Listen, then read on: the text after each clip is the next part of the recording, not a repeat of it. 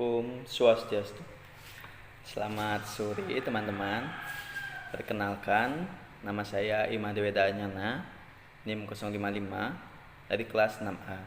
Pada kesempatan kali ini saya akan menjelaskan tentang apa itu bea materai, apa dasar hukum bea materai, apa fungsi bea materai, apa saja objek dan bukan objek materai, bagaimana tarif bea materai, kapan saat dan pihak yang terutang bea materai, bagaimana cara pelunasan dan penggunaan bea materai, dan bagaimana sanksi dan kadaluarsanya. Untuk pertama, di sini saya akan menjelaskan tentang apa itu bea materai. Bea materai adalah pajak tidak langsung yang dipungut secara insidentil atau sekali pungut atas dokumen yang disebut oleh undang-undang bea materai yang digunakan masyarakat dalam lalu lintas hukum, sehingga dokumen tersebut dapat digunakan sebagai alat bukti di muka pengadilan. Dengan kata lain, bea materai adalah pajak yang dikenakan atas pemanfaatan dokumen seperti surat perjanjian, akta notaris, kwitansi pembayaran, surat berharga, dan efek yang memuat jumlah uang atau nominal di atas jumlah tertentu sesuai dengan ketentuan dan dokumen yang digunakan sebagai alat bukti di pengadilan. Prinsip umum pemungutan atau pengenaan bea materai. Pertama, bea materai dikenakan atas dokumen atau merupakan pajak atas dokumen. Yang kedua, satu dokumen hanya terutang satu bea materai. Dan yang ketiga, rangkap atau tindakan yang ikut ditandatangani terutang bea materai sama dengan aslinya. Lalu yang kedua, saya akan menjelaskan tentang dasar hukum bea materai. Pertama, Undang-Undang Nomor 13 Tahun 1985 tentang bea materai. Yang kedua, ada Peraturan Pemerintah Nomor 24 Tahun 2000 tentang perubahan tarif bea materai dan besarnya batas pengenaan harga nominal yang dikenakan bea materai. Yang ketiga, Peraturan Menteri Keuangan Nomor 90 Tahun 2005 tentang perubahan atas Peraturan Menteri Keuangan tentang bentuk, ukuran, warna, dan desain materai tempel tahun 2005. Lalu ada Keputusan Menteri Keuangan Nomor 133B tahun 2000 tentang pelunasan bea materai dengan menggunakan cara lain dan dasar-dasar hukum yang lainnya. Lalu selanjutnya, fungsi dari materai. Menurut Undang-Undang Nomor 13 Tahun 1985 tentang bea materai, disebutkan kalau fungsi materai adalah pajak dokumen yang dibebankan oleh negara untuk dokumen tertentu. Jadi, pada dasarnya, bea materai adalah pajak atau objek pemasukan kas negara yang dihimpun dari dana masyarakat, dikenakan terhadap dokumen tertentu. Karena itu, dokumen berharga yang dibubuhi materai akan dianggap sah selama memenuhi ketentuan pasal 1320 KUHP Perdata. Jika dokumen tersebut ingin digunakan sebagai alat bukti di pengadilan, harus dilunasi bea materai yang terutang. Namun, bukan berarti setiap dokumen perlu dibubuhi materai. Jika tidak dibubuhi materai, tidak akan menjadikannya sebagai tidak sah, tetapi dokumen itu tidak dapat digunakan sebagai alat bukti di pengadilan. Lalu selanjutnya yaitu tentang objek dan bukan objek bea materai. Objek bea materai. Pada prinsipnya, dokumen yang harus dikenakan materai adalah dokumen yang menyatakan nilai nominal sampai jumlah tertentu, dokumen yang bersifat perdata, dan dokumen yang digunakan di muka pengadilan, antara lain pertama, surat perjanjian dan surat-surat lainnya, antara lain surat seperti surat kuasa, surat hibah, surat pernyataan yang dibuat dengan tujuan untuk digunakan sebagai alat pembuktian mengenai perbuatan, kenyataan, atau keadaan yang bersifat perdata. Lalu yang kedua, akta-akta notaris termasuk salinannya. Yang ketiga, ada akta-akta yang dibuat pejabat pembuat akta tanah termasuk rangkap-rangkapannya. Lalu ada surat memuat jumlah atau harga nominal yang dinyatakan dalam mata uang asing. Selanjutnya ada surat berharga seperti wesel, promise, dan accept. Yang keenam ada efek dengan nama dan dalam bentuk apapun. Yang ketujuh ada surat-surat biasa dan surat-surat kerumah tanggaan serta surat uang semula tidak dikenakan bea materai berdasarkan tujuannya. Jika digunakan untuk tujuan lain atau digunakan oleh orang lain, dari maksud semula yang akan digunakan sebagai alat pembuktian di muka pengadilan. Ya, lalu yang terakhir adalah cek bilet giro. Selanjutnya, yang bukan merupakan objek bea materai. Dokumen yang tidak termasuk objek bea materai adalah dokumen yang berupa surat penyimpanan barang konsumen, surat angkutan penumpang dan barang, keterangan pemindahan yang dituliskan di atas dokumen surat penyimpanan barang konsumen dan surat angkutan penumpang dan barang. Lalu bukti untuk pengiriman dan penerimaan barang, surat penerimaan barang untuk dijual atas tanggungan pengirim, surat-surat lainnya yang dapat disamakan dengan surat-surat di atas. Yang kedua, segala bentuk jasa. Yang ketiga, tanda terima gaji, uang tunggu pensiun, uang tunjangan, pembayaran lainnya yang ada kaitannya dengan hubungan kerja, serta surat-surat yang diserahkan untuk mendapatkan pembayaran itu. Yang keempat, tanda bukti penerimaan uang negara dari kas negara dan kas pemerintah daerah. Yang kelima, kwitansi untuk semua jenis pajak dan untuk penerimaan lainnya yang dapat disamakan dengan itu ke kas negara atau kas pemerintah. Yang keenam, tanda penerimaan uang yang dibuat untuk keperluan intern organisasi. Yang ketujuh, dokumen yang menyatakan tabungan, pembayaran uang tabungan kepada penabung oleh bank, koperasi, dan badan-badan lainnya yang bergerak di bidang tersebut. Yang kedelapan, surat gadai yang diberikan oleh Perum Pergadaian. Yang kesembilan, tanda pembagian keuntungan atau bunga dari efek dengan nama dan bentuk apapun. Yang ke-10, apabila suatu dokumen kecuali cek, bilet atau giro mempunyai tidak lebih dari 250.000, maka atas dokumen tersebut tidak terhutang bea materai. Selanjutnya yaitu tentang tarif bea materai. Tarif bea materai 6.000 untuk dokumen sebagai berikut: surat perjanjian dan surat lainnya yang dibuat dengan tujuan untuk digunakan sebagai alat pembuktian mengenai perbuatan, kenyataan, atau keadaan yang bersifat perdata. Lalu akta-akta notaris termasuk salinannya. Selanjutnya, surat berharga seperti wesel, promise, accept, dan nominal lebih dari 1 juta. Lalu yang terakhir, dokumen yang akan digunakan sebagai alat pembuktian di muka pengadilan. Selanjutnya, untuk dokumen yang menyatakan nominal uang dengan batasan sebagai berikut: nominal sampai 250.000 tidak dikenakan bea materai. Nominal antara 250.000 sampai 1 juta dikenakan bea materai 3.000. Nominal di atas 1 juta dikenakan bea materai 6.000.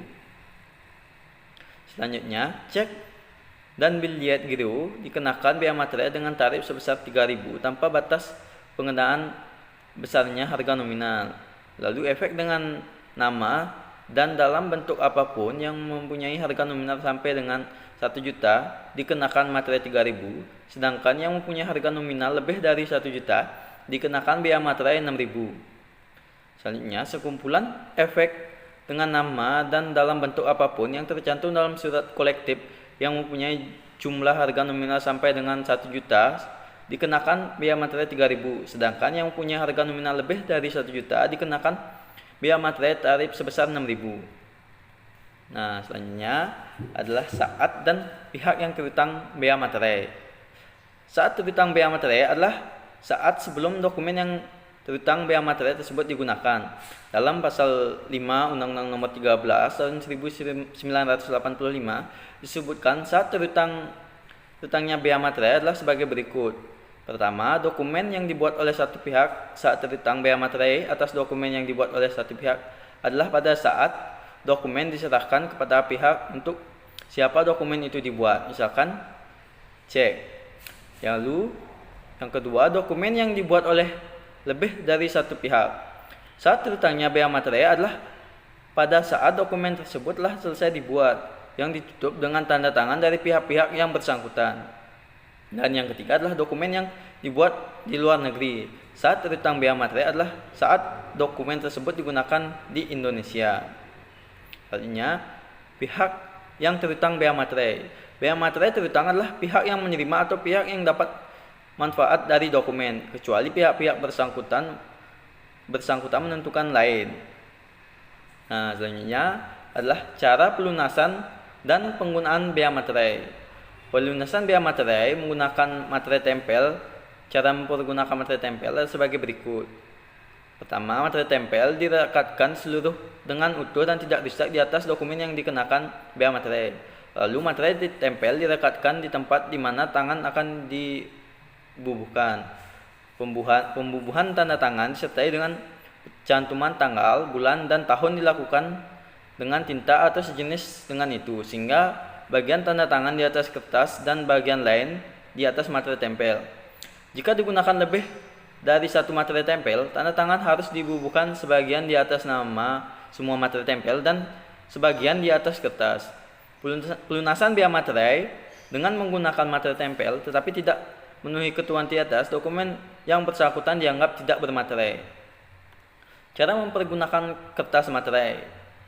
Sehelai kertas materai hanya dapat digunakan untuk sekali pemakaian. Kertas materai yang sudah digunakan tidak boleh digunakan lagi. Jika isi dokumen yang dikenakan bea materai terlalu panjang untuk dimuat seluruhnya di atas kertas materai yang digunakan, maka untuk bagian isi yang masih tertinggal dapat digunakan kertas yang tidak bermaterai. Lalu jika sehelai kertas materai karena sudah sesuatu hal yang tidak digunakan dan dalam hal ini belum ditandatangani oleh yang berkepentingan, sedangkan dalam kertas materai telah terlanjur ditulis dengan beberapa kalimat atau kata yang belum merupakan suatu dokumen yang selesai, dan kemudian tulisan ada yang pada kertas materai tersebut dicoret dan dimuat tulisan atau keterangan baru, maka kertas materai yang demikian dapat digunakan dan tidak perlu dibubuhi materai lagi. Apabila ketentuan sebagaimana dimaksud di atas tidak dipenuhi, dokumen yang bersangkutan dianggap tidak bermaterai. Pelunasan dengan membubuhkan tanda bea materai lunas dengan mesin teraan. Pelunasan dengan cara membubuhkan tanda bea materai lunas dengan mesin teraan memerlukan beberapa syarat sebagai berikut. Pertama, pelunasan bea materai dengan mesin teraan materai hanya diperkenankan kepada penerbit dokumen yang melakukan pemeteraian dengan jumlah rata-rata setiap hari minimal sebanyak 50 dokumen. Lalu yang kedua, penerbit dokumen yang melakukan pelunasan bea materai dengan mesin teraan materai harus melakukan prosedur sebagai berikut.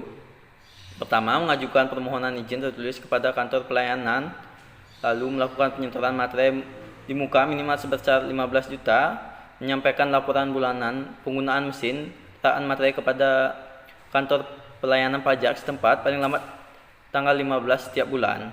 Izin penggunaan mesin teraan materai berlaku selama 2 tahun sejak tanggal ditetapkannya dan diperpanjang selama memenuhi persyaratan.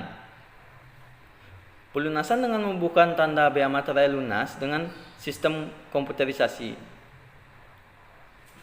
Pertama, pelunasan bea materai dengan sistem komputerisasi lainnya diperkenankan untuk dokumen yang berbentuk surat memuat jumlah uang dalam pasal 1 tahun 2000 dengan jumlah rata-rata pemateraian setiap hari minimal sebanyak 100 dokumen. Lalu, yang kedua, izin pelunasan bea materai dengan membubuhkan tanda bea materai lunas dengan sistem komputerisasi berlaku selama saldo bea materai yang telah dibayar pada saat mengajukan izin mencukupi kebutuhan pemateraian 1 bulan berikutnya.